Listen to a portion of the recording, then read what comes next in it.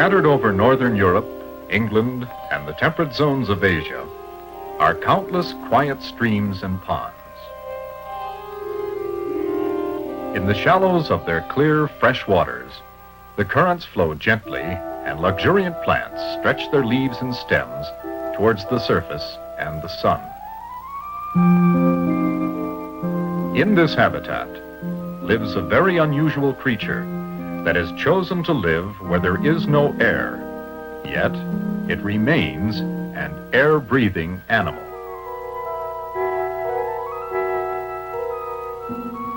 This is the world of the diving spider.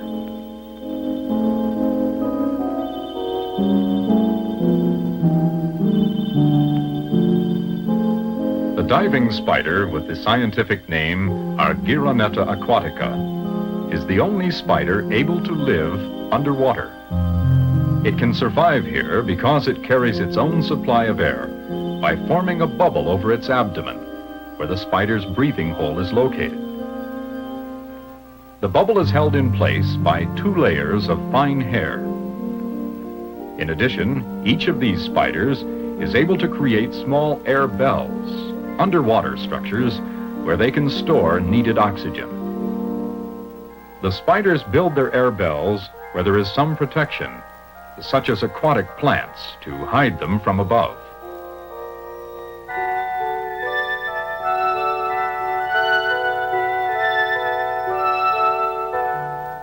The spider first begins to spin a roof-like web. At the back of the spider's abdomen are 6 spinnerets. Through them, the silken thread is drawn out.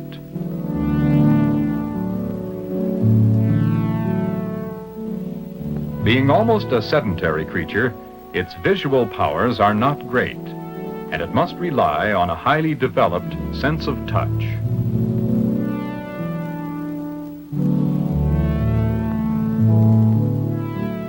It lets out a drag line, fastening it to vegetation as it moves. This will serve as a guide back to the air bell.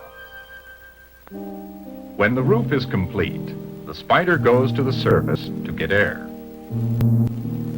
It tests for the surface with its front legs, turns around, and with a quick scissor-like motion, grasps the air and breaks the tough surface tension to form a new bubble.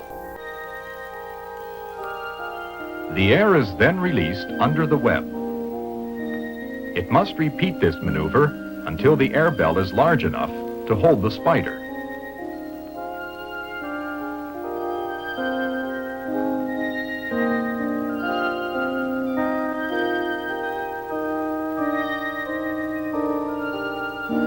In the comfort of its new home, the diving spider spends a great deal of time grooming itself. This keeps the spider's body hair free of fungus. Important, since it is the hair which holds the vital air sac to its body.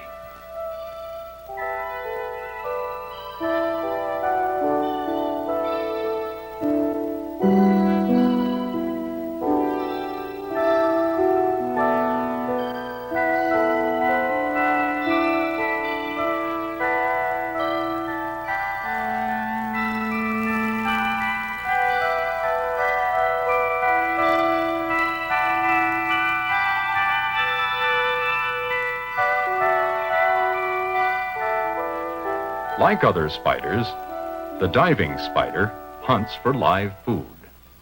Aquatic insects are a favorite prey. It can sense nearby prey by vibration on the silken drag lines and must leave the air bell in pursuit of food.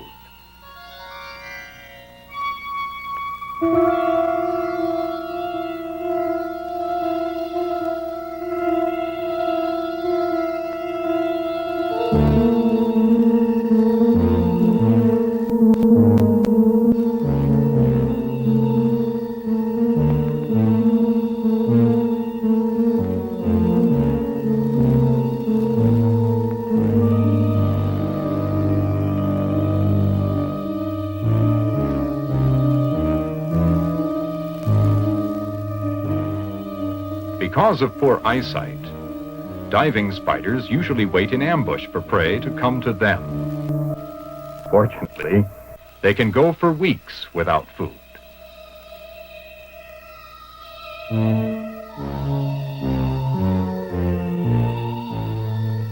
When prey does finally stumble into its grasp, the spider must carry its victim to the air bell. Spiders can't eat in water. The enzymes which digest the food would be washed away. So it settles down in the bell to devour its prey.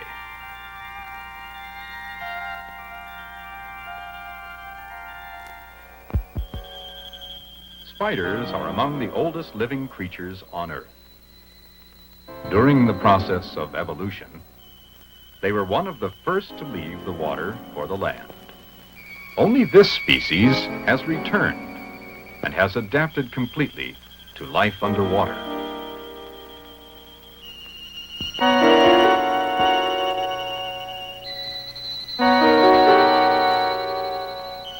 Diving spiders live a solitary life.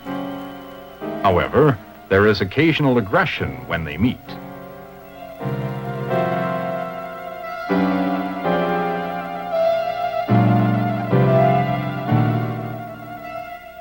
The nomadic males, unlike other spiders, are larger than the females and hardly ever build their own air bells.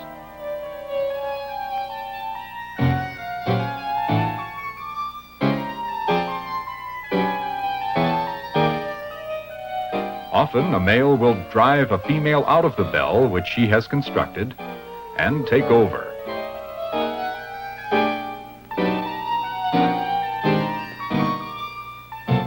During courtship, the male will pursue the female. Often among spiders, the female will kill the male after mating. It is not the case with this species. Nevertheless, he is on guard and keeps his powerful jaws ready to defend himself.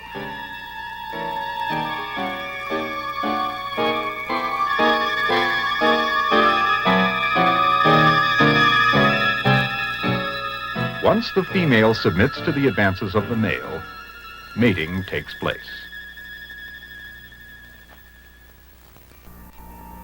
Now the female creates a special air bell, lines it with silk, in which she lays her eggs.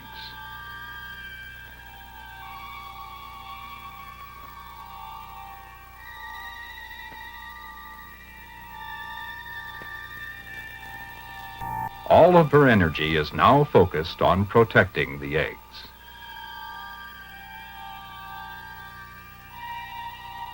Once hatched, the first mission in the life of every spiderling is to get air. Ancient genetic imprints drive them to the surface to collect the vital oxygen. When this has been accomplished, they return to the familiar surroundings of the mother's air bell. But from the moment of emerging, baby spiders are basically independent. They must provide for themselves. In the complicated web of life, in this underwater jungle, are numerous creatures that prey upon the baby spiders.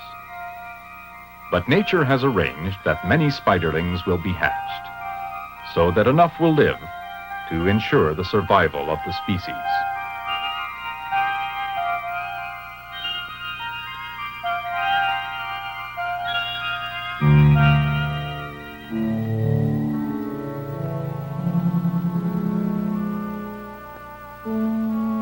Now, with her mission in life accomplished, the female faces her greatest natural enemy, fungus.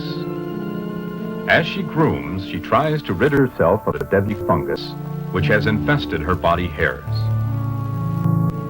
Her vital air sac is shrinking. She can no longer hold air.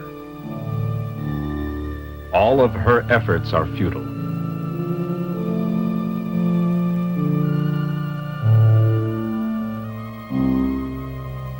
Finally, with her air sac gone, the helpless spider has no choice but to climb out of the water to save herself from drowning. With great effort, she moves toward the air and breaks through the surface.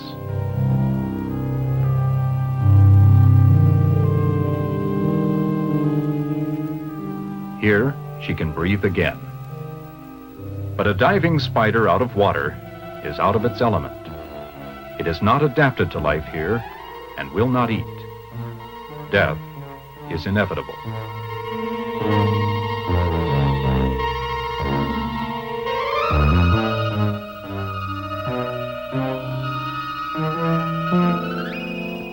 Now, at her natural end, she returns to the place where her life began. Nearby, her offspring are busily beginning their new lives.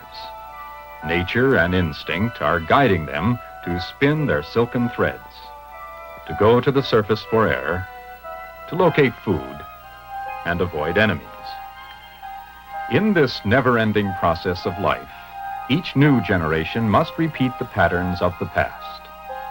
Nature has equipped each creature to do so in its own distinctive way. This, then, is the world of the diving spider, unique among the marvels and mysteries of the animal world.